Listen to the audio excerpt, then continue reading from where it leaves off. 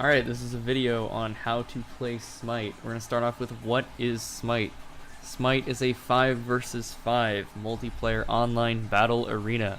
In SMITE, your goal is to level up faster than the other team, get more gold than the other team, get more kills than the other team, push objectives faster than the other team. Ultimately, you want to knock down all of the enemy's towers. You want to destroy their phoenixes, and then you want to kill their titan faster than they can do that to you. Now, we'll get into how you can do this pretty soon here. So first things first, we're going to go over what is the store. Now, if you press I on your keyboard, you'll see this item store. You might be wondering what items are for. Well, if you press tab, you'll see this is your fucking god you chose, and you have all these stats right here. So all these stats can be boosted with items. Now, they all start at pretty much 0 or at such a small amount that it won't help you in any way. So for example, gods start with a base amount. In the bottom left corner, you'll see here this shield and this like glowing shield. Those are your protection amounts. Gods will have a base amount of those when they first start off at level 1, and it will automatically scale up. See if you level up past level 1, I go over here, boom, you'll notice it went up to like 32 from like 31. It barely fucking changes, so you need to get items. So you press I. Now you get all these different choices, and every god will have a recommended build. And almost always the recommended builds are complete trash. They're fucking so bad. They'll give you a general overview of like what most players should buy, and you can also check for different game modes, but they're all pretty fucking shit. You gotta make your own usually. So you get these shoes. You might be wondering, why the fuck do you need shoes? Well, if you look on the bottom left, you'll see this fucking running man. That's how fast you move. The measurement is in some type of like custom amount only specific to SMITE, just called movement speed. Most mages, for example, I'm playing Vulcan, magical, as you can see. Most mages only have around 350 or less base movement speed with no boots at level 1. When you increase your god's level, it has no effect on your movement speed. However, it will affect your basic attack, your magic power, your protections, and your attack speed. But when you buy boots, you can see it gives you 18% movement speed across all the boots, except for traveler's shoes. This is a custom boot only for guardians. A guardian is a magical tank, and they don't need the other benefits of power or penetration or cooldown as much in the beginning with these shoes, because these are made for a tank who wants to rotate around the map and help his team as fast as possible. Anyways, so you'd buy the boots, and instantly you'd notice, wow, you move a lot faster. You have 425 movement speed. Now, this is about what most mages will sit at throughout an entire match. There are other items, if you look at the movement speed tab, that increase movement speed, but often the trade-offs for the movement speed is not worth it unless you're playing a very specific character. My example would be this ring here, hasten ring. This thing makes you attack faster, and it also gives you a little bit of movement speed. You'll see 7%. It also grants your character haste, which means that the penalty for, you'll see I'm walking forward, and when I left click to basic attack, I go slower.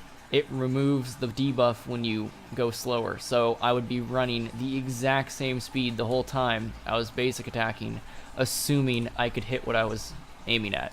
If you miss, it puts the debuff back on you. But they changed it so it's actually just like you hit them once and you're good to go for about 6 seconds, but that can only happen once every 25 seconds. Like, it's really specific. And then these items, oh man, it gives you movement speed and health. That might be great and all, but you're not going to want to sacrifice one of your other 5 items just to get extra movement speed, unless there's a shit ton of CC on the other team or something. I mean, this is really not going to help you in the mage role, generally speaking. This will fucking help you on basic attack based gods. So this is basically movement speed, attack speed, power, and it has passive that'll shred protections. It's a decent item, but it'll only help you on basic attack based fucking mages. It's really not that good overall. The fucking Shaman's Ring is the one new item in Season 5, which is a bit, like, excluded from this rule. I picked this up on almost every single mage. It's 100 power. It's super cheap. It's 100 power, 10% movement speed, almost as good as boots. You buy this, you're not going to get fucking caught by anyone, ever, unless they're like a jungler and they also have movement speed items. It's pretty fucking dope. And the passive is like a miniature ethereal staff. It's pretty fucking cool. Anyways, moving on, that you have these starter items. Now, these are all specific to what like role you're playing, and you'll notice there's a lot of them. I'm in jungle practice. If you're in conquest, you will not see attacker's blessing, defender's blessing, or specialist blessing. You will only see warrior, mages, hunters, guardians, and assassins. In conquest, they removed these 3 that I'm clicking on because they are too strong to start with, and because you don't get as much gold per minute and as much XP per minute as you would in another accelerated game mode. So they become pretty OP items. Anyways, this Assassin's Blessing just gives you health and mana when you kill jungle creeps if you're in the jungle position. Always get this if you're a jungler, unless you specifically know what you're doing without it. Majority of all pro players still get this. Like, it's a good item. It's kind of dumb if you ignore it, honestly. Guardian's Blessing. As the name would suggest, you get this stuff on like what it says, but you can also mix and match, of course. You get this on a Guardian, you just fucking... here, I'll give you a good example. Let's buy this. What the fuck is it? You come over here to the minions. I have this item that's going to give me, just for standing within assist range, it's going to give me HP and mana every time I get an assist on a kill. This includes god kills, not just minions, as far as I'm aware. Maybe I'm retarded, who cares? Boom, I'm getting all this extra gold. I'm getting plus 25 for an assist. Usually it's like plus 10. Yeah, like it's god tier, dude. You get so much gold for being a support if you buy this item. It also gives you 100 health, which at level 1 is a huge advantage. That gives you a pretty good cushion to walk around wave and aggress on people. And when it gets full stacks, it just gives you... what the fuck does it give you? It's just an extra bit of gold. It's pretty fucking stupid. Anyways, go on to mages. It's just extra ability damage and a little bit of MP5. Honestly, if you're new to the game, I fucking don't even bother reading these. Just know, Assassin's Blessing gives you HP and mana when you kill a jungle monster. Guardian's Blessing gives you more gold and protections early on. Mage's Blessing boosts your ability damage and gives you a small amount of mana regen. Warrior's Blessing gives you health and mana regen when you damage other gods, and it boosts your health. It's kind of a shit item. Honestly, I'd never get it on warriors. It's pretty fucking stupid. Hunter's Blessing is just a straight buff to basic attack damage with a small amount of MP5. Because honestly, if you're using abilities that much that you need the MP5, you're a fucking shitty hunter. Anyways, let's go on to builds. For example, I'm playing Vulcan. He's one of the best gods in the game currently. He received a buff that increased his damage, his power scaling on his 1 and his 2. His 1 does that. It throws you backwards and does damage in a straight line, and it penetrates targets. This is a turret. Anyone who stands within a cone in front of it, it just auto shoots, and anyone who gets hit by this ability, your 1, it'll target them and do extra damage. It takes bonus damage from creeps, and a creep is a minion, which I showed you in this fucking lane my mouse is on. If they hit this thing, it's toast. It's going to be gone in like 2 seconds. But if a god hits it, it'll take a bit longer, so it's not usually beneficial for them to stand in front of it and try and hit it. So typically what you're going to want to do is you're going to want to put your turret in a good position and then lure someone within its range and go bam, and then they're marked, and then they take damage, and then you fucking destroy them. You get what I mean? Anyways, on to builds. Fucking You can stack items. For example, this item has like 100 power, 125 mana, 15 MP5. That sounds really cool, right? But it gets even better. If you come over here and you fucking... you kill these little shits over here, you'll notice there's a number on the item. This is a buff. Don't even fucking worry about it. We'll get on that later. You'll notice there's a little number here. It just keeps going up as my turret was killing shit.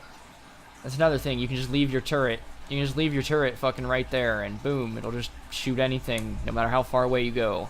You'll notice that if you get 75 stacks, it'll convert 3% of all your mana into magical power, and it will remove its current stats, and it will just use the evolved stats instead. Like, you'll still get the 100 power, but it'll just stack this shit on, and it might remove the general description. Anyways, that's how you get a shit ton of mana and power all at the same time in a single item. Pretty cool. Now, you might be thinking, well, what about health? Got you covered. This item does the exact same thing, except it just gives you a lot of health and a little power, and a little bit of mana too. It's pretty much for like, oh, you want to be tanky, but you still want to do damage, or maybe there's like a lot of peel coming off the other team, like, oh, they have a fucking... Okay, let's for example say they have a Freya, and they have a Soul on the same team. I mean, that would theoretically be like the worst fucking team ever, but let's say they had it. They just for fucking like hitting you, and Freya slows you, and Soul slows you, and then in like another half second you're dead. Well, you would get this item early on, so by the time they got to the point where they could half or one-shot you, it would no longer do that, because your fucking health would be through the roof. You'd have almost 3,000 health with pretty much any mage that you build this item on with one extra health item. Depending on your specific class, and I'm going to say class, it's going to be like a fucking assassin, a hunter, a mage, a warrior, or a guardian. Depends on what you're specifically going to go for in your build.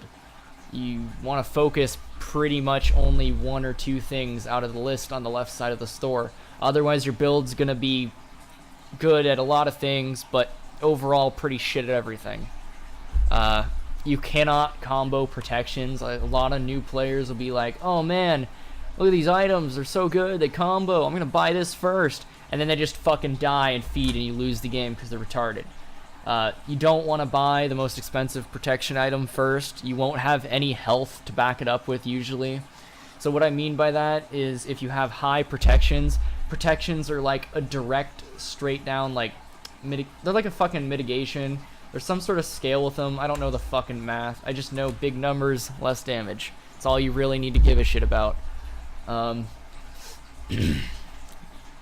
Basically, you can have really big protection numbers, but like, for example, really low fucking health, and you'd be like, damn, why am I dying so fast? Yes, you might mitigate more damage, but the amount of times you can mitigate it is very small because your health pool is very small. So good items like these, like, they give you health and protections, so you can mitigate a lot of damage, but you can also mitigate many times. See what I'm getting at? Warlock Sash works really good with one of these combo items built onto it with a bunch of damage items on that. If you want to try and like never die, assuming you're going against some crazy S-tier god team, pretty much never you should build protections on a mage. It's really fucking stupid.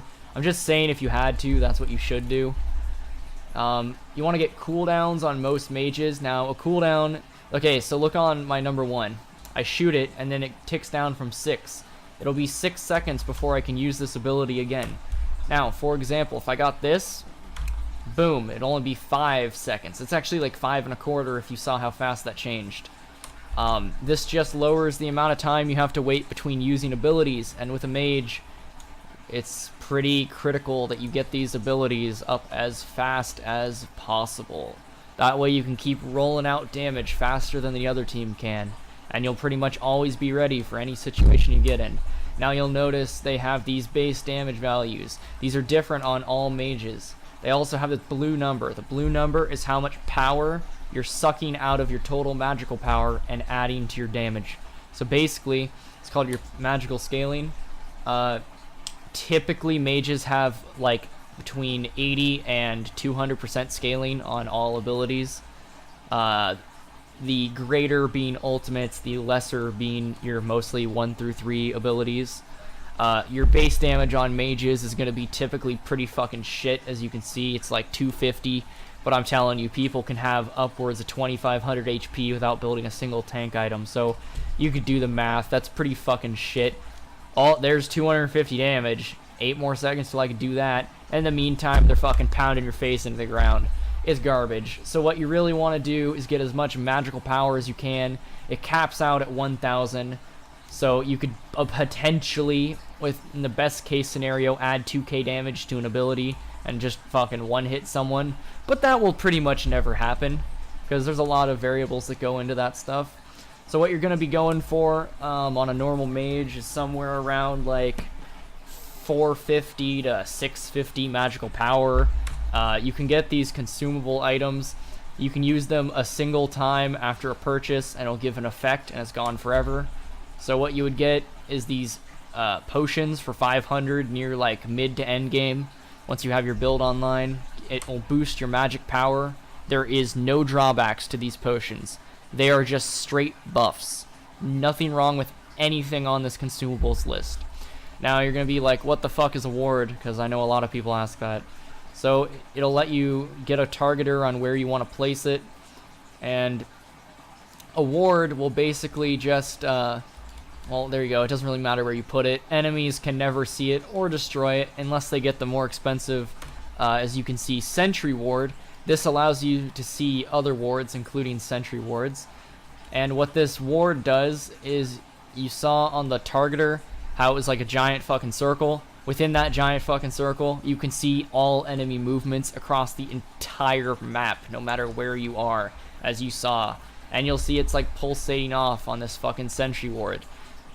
This is just like an indicator that even though it looks the same as the other one, it's fucking a sentry ward. Anyways, you'll see it's pulsing to about here. It's about the range that it could see things within its range. So, for example, if I was an enemy and I walked here, the other team would see me on their mini-maps and they would be notified by a loud pinging noise, like 1 or 2 times, depending on how much I stood in it. And if I were to place a normal ward within this radius, the enemy team would see it on their map. They would not get pinged, however. But they would see it with a small red symbol on their map, and they'd be able to come over and go bam, and it would be dead. Takes about 3 to 4 hits to kill a ward. I don't remember which, doesn't really matter. It gives you 50 bonus gold on the last hit of the ward. So if you want to be a dick and you see your teammate hitting it, you can last hit the ward for 50 gold and your teammate gets nothing. I don't recommend doing that though, it's a fucking stupid thing. Alright, so we've basically gone over what the store is, what items are, and why you need them. Let's just go over why you need boots. Pretty much everyone gets boots. It's the meta in order to move around the map. Now this is a jungle practice map, so it's pretty fucking small and doesn't really matter. But if I'm on Conquest map, it takes about, I think, a full like 20 or something seconds to go from one side to the other without boots or with boots or some shit like that. It's a bigger map in Season 5 than it was in Season 4. It's 40% wider. It takes quite a while to walk around. And the problem with that is that in Conquest, you want to go as fast and efficient as you possibly can. You're not going to be lollygagging like I am on this shitty map. You're going to be like having a heart attack trying to get all your jungle buffs and clear wave before the other guy can so you don't lose. It's pretty basic. Yeah, you really have to buy boots on everyone, or else you're going to be a shitter and feed and everyone will rage on you. So basically the other question is, what is consumables? I think I just went over this. But basically, you want to get these healing potions and mana potions when you first start out, because you're going to need sustain to stay in the lane and level up faster than the other team. It's really all the game is leveling up faster and getting a gold lead. It really doesn't fucking matter past that. So what is XP? Now you'll see this bar under your avatar. This is your XP bar. Now what this means is it's displaying how much experience points you have for your current level. And let's just give an example. If I go over here and I kill this Ra, you'll see that yellow bar will increase dramatically. But I'm a shitter. I have low items. It takes a while. There you go. You see 200 XP pop out of my character. My bar almost went to full. Now, every time the bar gets full and goes back to like being on the left side, means you leveled up. And I'll give you an example here. Boom, I leveled up. If you press function keys F1, F2, F3, or F4, you can level up your 1, 2, 3, or 4. I think you can rebind these keys, but I'm not sure. So if I put that into my 3, you'll notice now it takes more mana to cast, and it does more damage. It's a pretty good fucking trade. Does that with all gods. Get fucking used to it. You're gonna be shit. You're gonna be completely fucking destroyed on mana 99% of the time unless you know what the fuck you're doing. So now, what is leveling? Leveling is this number right here. Typically speaking, you don't have to be a fucking mathematician to figure this out. Big numbers good, small numbers bad. That's about all you need to know. Other than, if your numbers are smaller than their numbers, you're going to lose the fight almost guaranteed unless you have a better mechanical skill than them. Or they play like noob gods and you play like a shit god, then it doesn't really matter. What I mean by that is there's a tier list of gods in the game starting from S plus all the way down to fucking like D or D minus. And typically speaking, you want to get a minimum pick of an A plus if you're new to this game, or you're going to struggle really hard and you're not going to know why.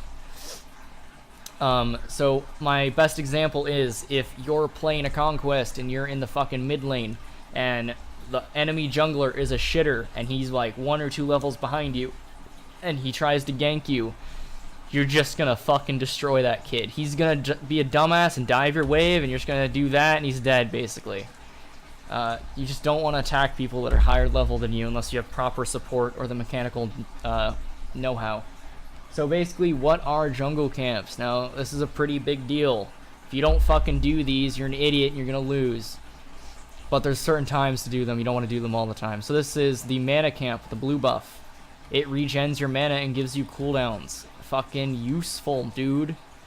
Good on pretty much all gods. Does not matter the class. Typically used on the mage, or in Conquest on the solo laner. So you pick this up after you kill those shits, and it gives you MP5 and cooldown reduction, and it only lasts for about 2 minutes, and then it disappears. Like forever, and you have to go get it again. And on a normal match, they do not respawn instantly. They take about 3 minutes to respawn or some shit like that. Also, a really retarded thing you can do if you want to be an asshole. I'll show you this right now.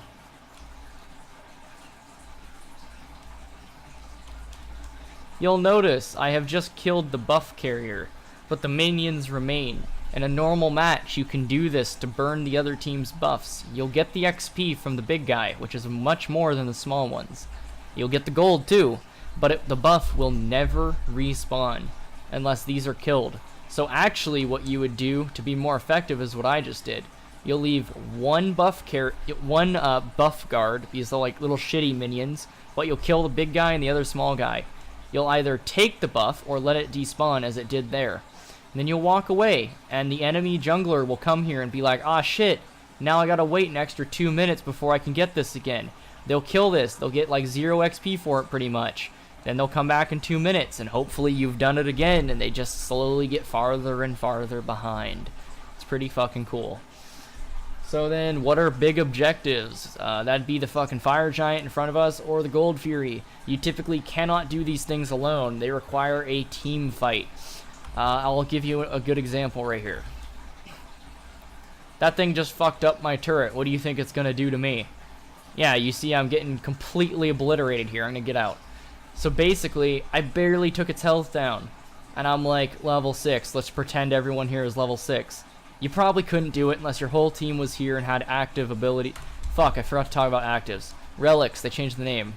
We'll get to that. Basically, you can't do these without at least one other person, and you must have an experience and level lead on the other team to do it, or you will get fucked, because the objectives scale to the total level of everyone on the map.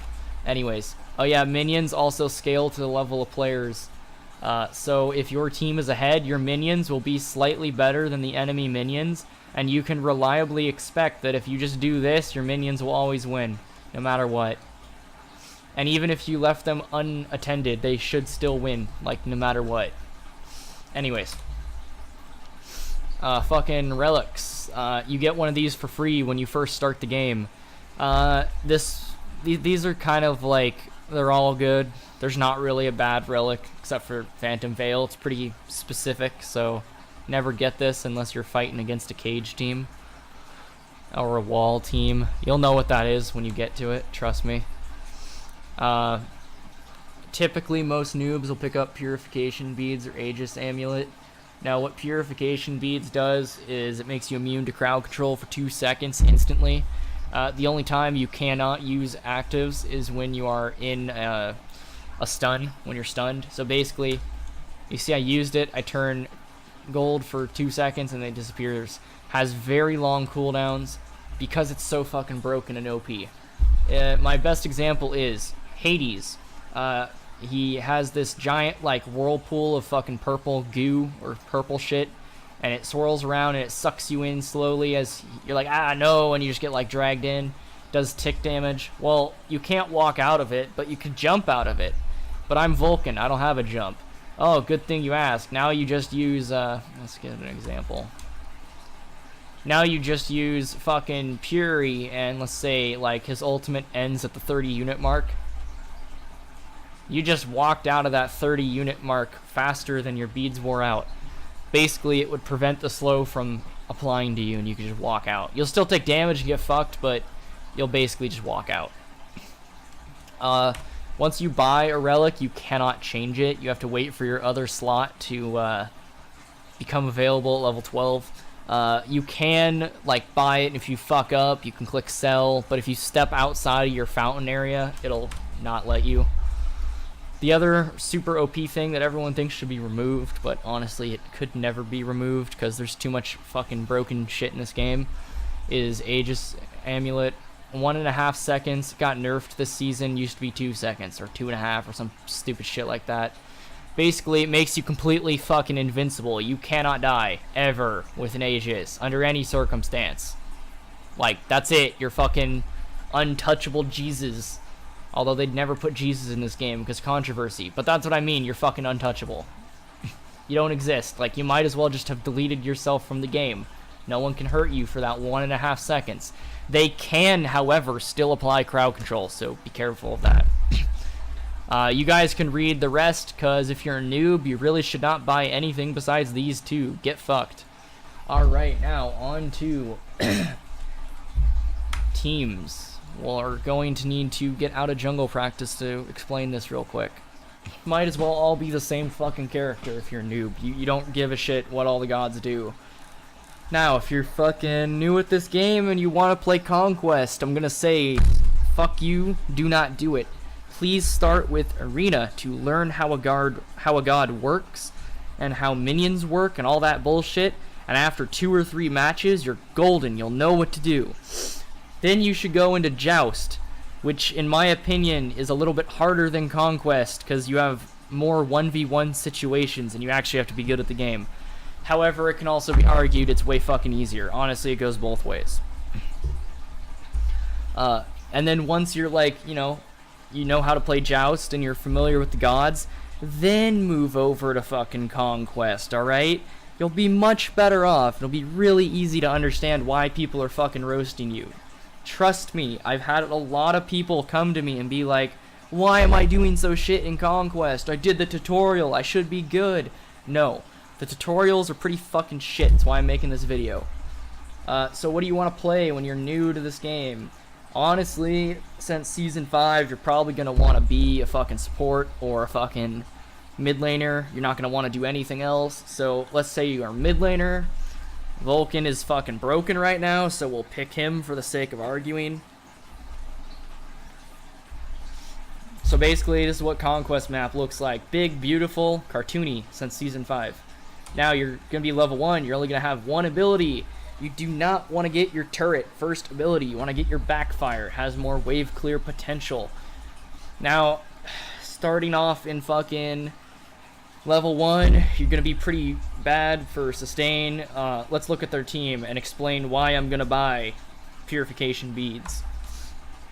Hebo has a knockup and a slow. Chiron has a knockup and a slow. Ymir has a stun and a slow. Guan Yu has a slow and a stun. Kali has a stun. You see where I'm getting at? You don't want to be fucking destroyed by their bullshit. I would call it bullshit or cheese. You don't want to be like fucking touched by that garbage. So then you want to just gonna get this, and then you just want to, for simplicity's sake, spend. There you fucking go. Now, the reason I bought this Mage's Blessing, wow, I really want this ability damage so I can, you know, for argument's sake, do that, and then the wave kind of clears itself. That's an exaggeration, but, like, let's be honest here, that's pretty much what you do. Boots, I don't fucking know what I'm going to spend 500 gold on. It's not enough to really do anything. You might as well just invest into your future of escaping, which would be boots. Like, honestly, I don't start meta usually, but for this video, for a noob, trust me, you just want to rush the boots. If you'll see, I have a higher base damage on my 1 than I do on anything else, except the ult, but you can't get that till level 5, so it's irrelevant. Which is why I opted to get this. I want to clear this wave fast as fucking possible. You'll see the game takes a while to start, and you'll see this these buffs appeared after the wave appeared. That's normal. It's supposed to. Bam! I don't know why all the bots are here. It's pretty fucking stupid. Last hitting doesn't really matter. It's SMITE. I mean, it kind of matters, but, like, you're going to get most of the last hits anyways because you're OP as shit because you're Vulcan. So basically, you'll see there I got stacks. When this thing evolves, it'll give me 10% cooldown. Yeah, and it'll still give me the other benefits. There's, like, no downside. And this is basically how you play middle lane. Wabam, wabam, kaboom, I'm done. That's middle lane. And then you're going to want to buy wards, like, after your first back and put them, like, between here, here, here, or here, so you don't get fucked by the jungler. You're also going to want to make sure you never get hit by the other mid laner with any of their abilities, or you're a shitty, and you won't be able to do anything. And you want to pretty much never hit the enemy god first before you clear wave up until about mid-game when you're half build. Then you can do whatever the fuck you want, honestly. You'll just be fragging people. Like, you see if I hit this guy, the fucking minions all target me and I get fucked. See, I almost died in like a second. That's all it takes. One little fuck up and you're toast. That's what I'm saying. Like, you want to play careful, play with purpose, and just try and practice the same strat over and over, whatever strat works for you. Don't be a shitter, make up a strat that doesn't exist. I'm not joking. Copy strats from pros. Sounds retarded, but it fucking works. Anyways. Don't be a special snowflake and fucking throw the game. It's retarded. Around level fucking... Well, the bots are a shitty example, but you're going to want to do these camps with your jungler. First chance you get. Boost yourself above the other mid laner. You're going to want to try and get the other side too, but let's be honest, that won't fucking happen usually because your team is shit. You're going to want to pick up the red buff if your ADC is willing to give it to you so that you can fucking... just raffle stomp mid lane like you should, but usually red buff goes to the fucking ADC just because a little better, because mages are just so high damage and broken and fucking stupid that it doesn't matter anyways. And that's mid lane. There is nothing else to it. You fucking sit here, you clear wave, you push tower, you don't get ganked. If you do get ganked, you kill the bitch. That's it. That's all you fucking do. You might rotate to fucking Gold Fury / Oracles. You might rotate to Fire Giant if you're called on it. You might go get red. You don't really do anything else. If you're really, really, really far ahead, I'm talking like 2-3 levels, your wave is pushed in, no chance they'll push you in. You might want to rotate over to the fucking long lane and just insta-fuck someone, then come back and boom, you're even more farther ahead. It's real simple. Real simple. It's why I advise mid lane to a retard. Retards mean new people. Solo lane, I do not advise. It's a 1v1 or a 1v2 in almost all situations. And you'll get completely shit on in almost every situation because you don't know what you're doing. I do recommend fucking Guardian in this lane. Let me just go show you what this is. Yes, I'm getting behind on purpose. I'm showing you a fucking video. Get over it, you try-hard pieces of shit. Anyways. Sorry, that was to all the viewers who think I'm retarded. Anyways. You're a support. You're just going to want to like put damage down on the wave, but you never want a last hit. You want your ADC, which would be this retarded dog, to get the last hits. And when your retarded dog dies, then you want to get the last hits, assuming they're going to be dead for a long time. This bot will never kill me. Get fucked. Anyways, you just kind of sit here and you're like, ooh, I'm a big scary tank. Ooh, I have more health than you. You can't do anything about it. And then they're going to be like, yeah, I could do something about it. And they're going to try and run over and hit you. And you're just going to crowd control them because you're going to be a smarty pants. And you're going to sit in your wave. So when they do rush you, they actually kill themselves. And that's about it. Because when they attack you in your own wave, the minions are more likely to focus them. And it'll do crazy damage to people before like level 7 or 8. So that's basically what you do. You don't want to aggress on people unless you're specifically told to by your ADC. Your ADC will have higher damage output than you will. So obviously, you don't want to fucking initiate and then have no follow-up and you'll just die. It's fucking stupid. I hate it when people do that.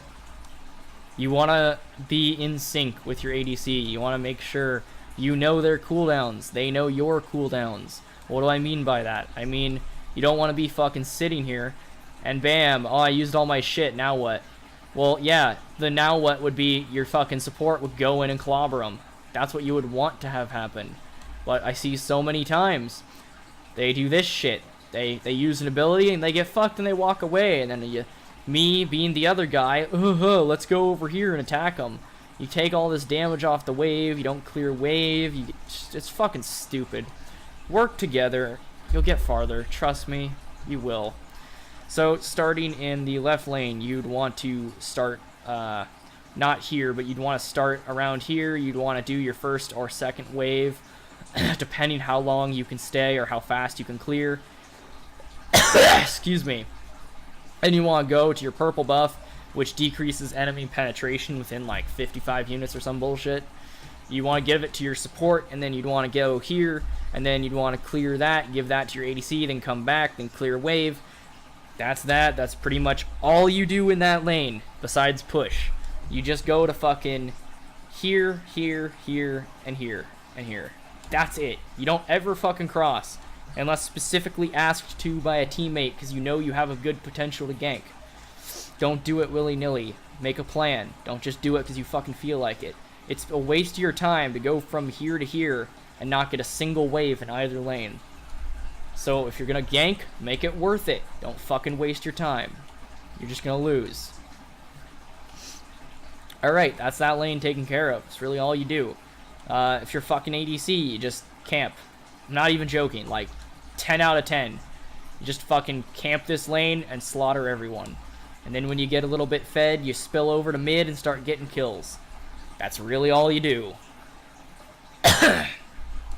Solo lane. You never fucking leave. You're solo.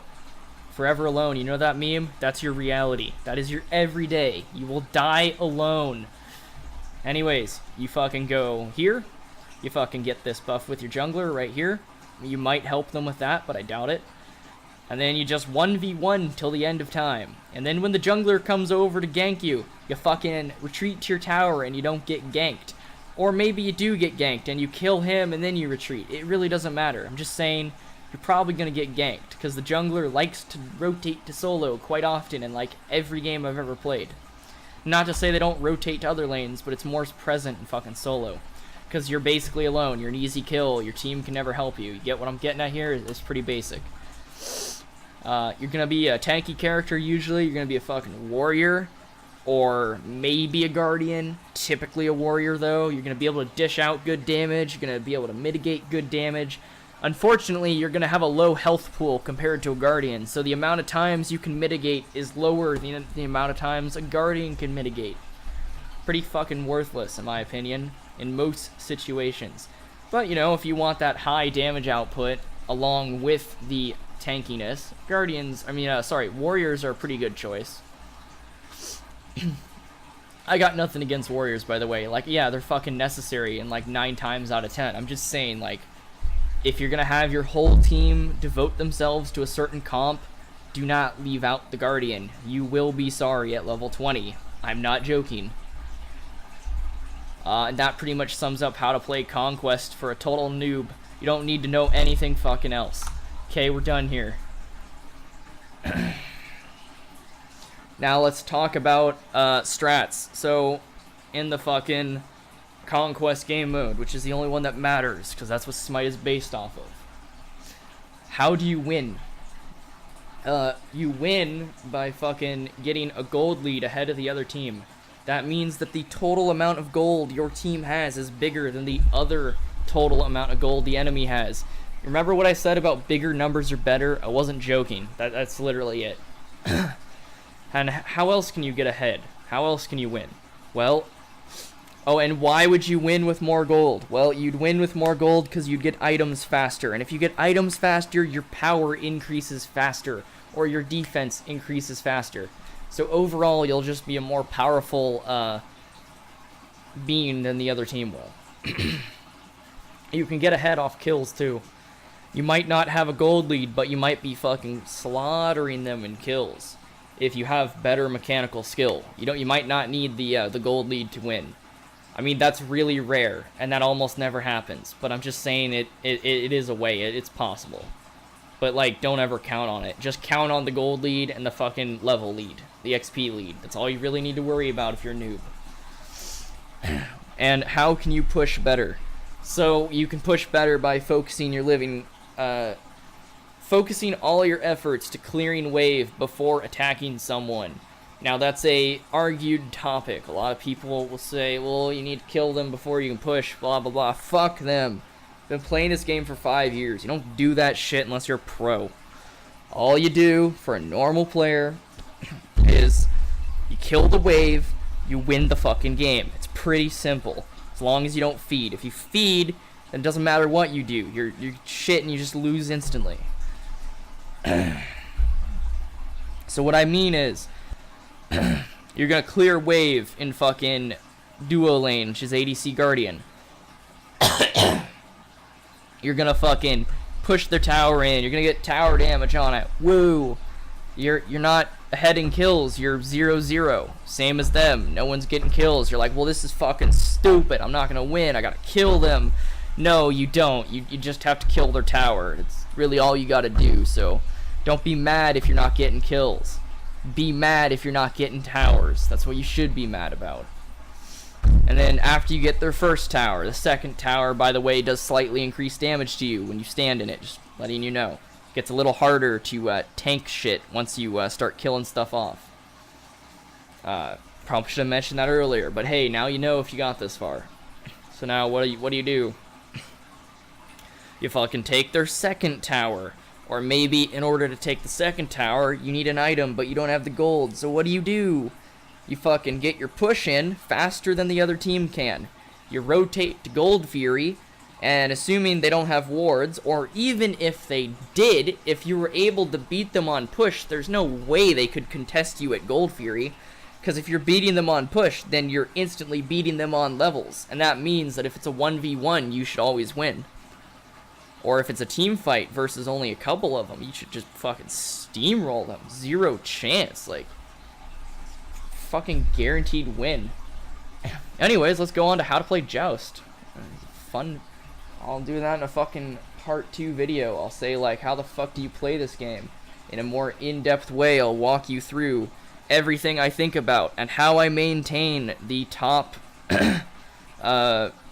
3% or less in all Joust players in fucking casuals. And fuck you, yes, I play ranked, but I play with a shitty team who have terrible casual elos relative to mine. Like, they're not actually bad, they're just bad compared to me, so I get mad.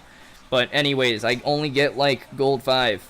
Like, yeah, fucking, like, 3 splits in a row across 3 different accounts.